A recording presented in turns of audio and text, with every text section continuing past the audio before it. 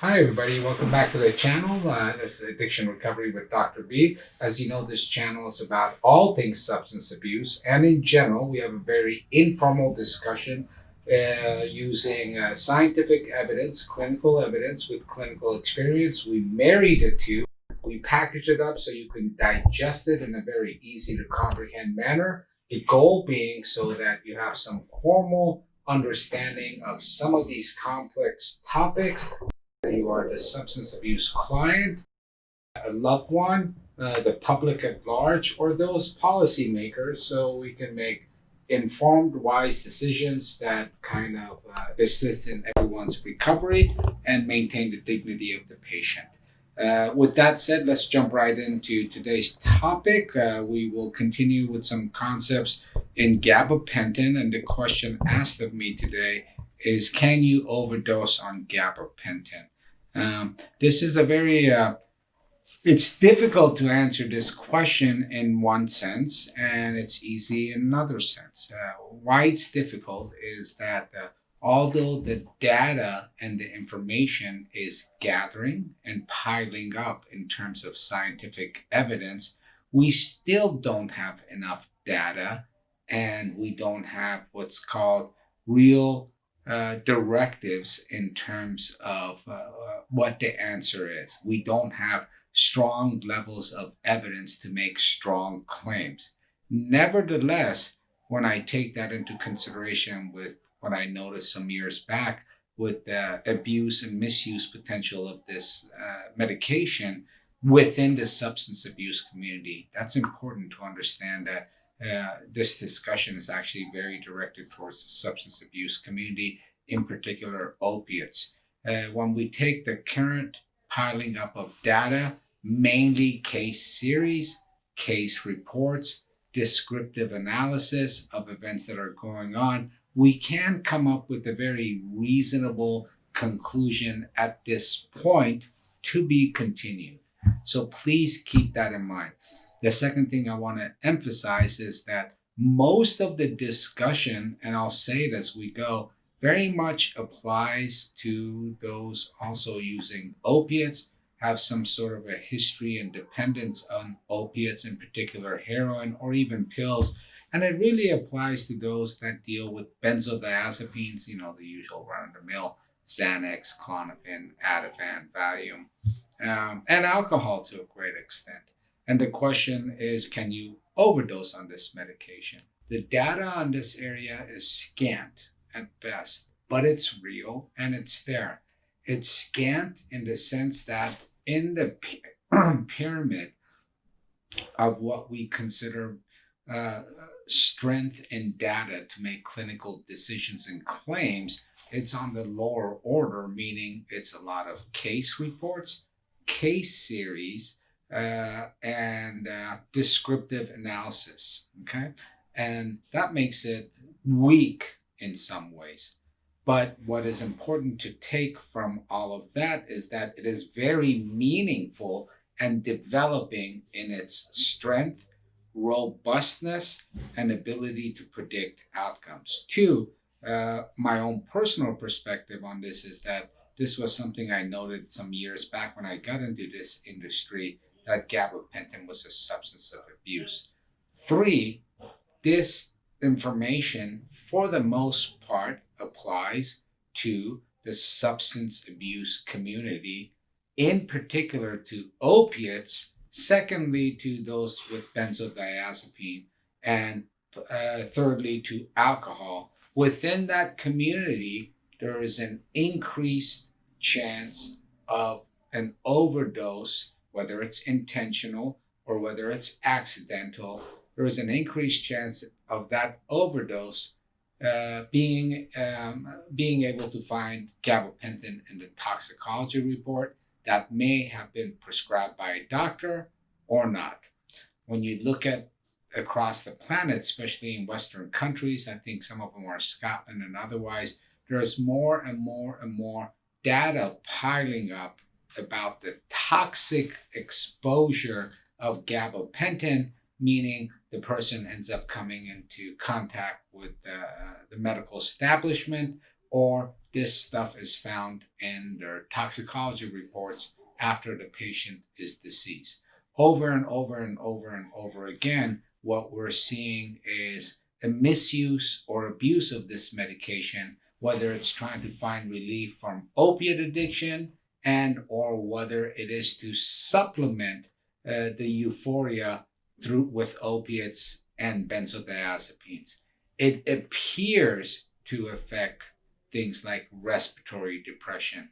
And that's about as far as I am willing to go. But I do think everything is pointing strongly in the direction that, yes, this stuff by itself is potentially toxic and can cause a death if you take enough of it. But more importantly, where we're finding it is in toxicology reports or reports to poison centers, whether it's intentional or accidental. Oftentimes, there's a finding of more than likely an opioid. Second, after that, you'll find a benzodiazepine. And thirdly, alcohol, but a little bit less common. And its use is for various reasons, whether someone's trying to come off of the opiates or enhancing the high of the opiates, the benzodiazepines, or the alcohol that they're on. A little something about the pharmacology of this medication. Keep in mind, this is basically what's called a GABA receptor analog. That means there's this thing called the GABA receptor. Things that hit that receptor are benzodiazepines usually, and alcohol also hits that receptor. This is something that does hit the GABA receptor, but the mechanics of where it hits, how it hits, and the chain of events that happen at that very microscopic architecture of the ligand and the receptor, meaning the GABA and the receptor, we don't know much about. We just know it hits those set of receptors. Number two, as interesting and complex as the opioid receptors are with their different classes and subclasses, the GABA receptors are much more complex, both in the multiple mechanisms where they work, where they are in the body, how they work, okay? They're very complex and very spread out throughout the body, sometimes with paradoxical responses to the ligand, that thing that's hitting the receptor. So we have this very complex receptor system in the nervous system. We do know there are serious substance abuse issues and overdoses with molecules that hit that receptor, whether it's alcohol or benzodiazepines. Now we've added the GABA receptor. By the way, we don't know everything about how benzodiazepines and alcohol affects those receptors. But now we've added a new molecule, GABA class of drugs. We know it hits that receptor, and we don't know the mechanism, okay? So it makes it a little bit more frightening. And to sum it up, and this is kind of a short video, yes, it can cause overdoses and death. Two, the data is starting to be really compiled right now. And over the last several years, it's been coming in more and more. But in the chain of evidence that we call evidence-based medicine to dictate our clinical decision-making, it's still not there where someone can get on here and tell you something definitively. But everything points, in addition to clinical experience, that this is a drug of abuse and there is a potential for overdoses. Prescriptions have been climbing for years, and a lot of the agencies internationally, different countries, for example, here, are starting to put this stuff on their radar list and monitoring what is being prescribed because it has a potential for extensive misuse, abuse, diversion, and to answer today's question specifically, overdoses. And it is often connected with another substance that this is being added onto for additional euphoria or trying to mitigate withdrawal symptoms.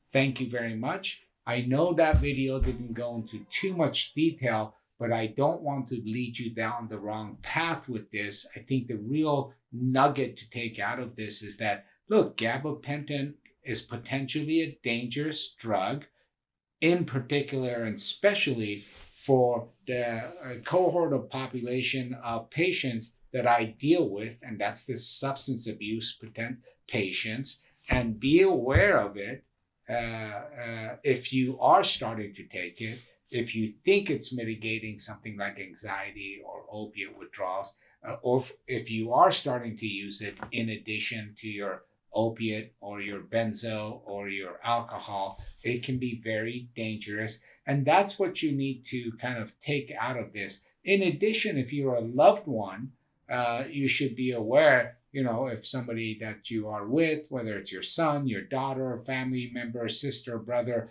if they start, if there's some things developing that substance abuse is becoming a topic of discussion or an issue in the family with that person. Now, if you see this medication and they just chalk it up as to nerve pain and they're 27 years old, it's very possible something else is going on. Thank you very much. If you like this video, there are other videos like it right above to my left. If you really, really like this, please push the subscribe button and the thumbs up button. See you soon.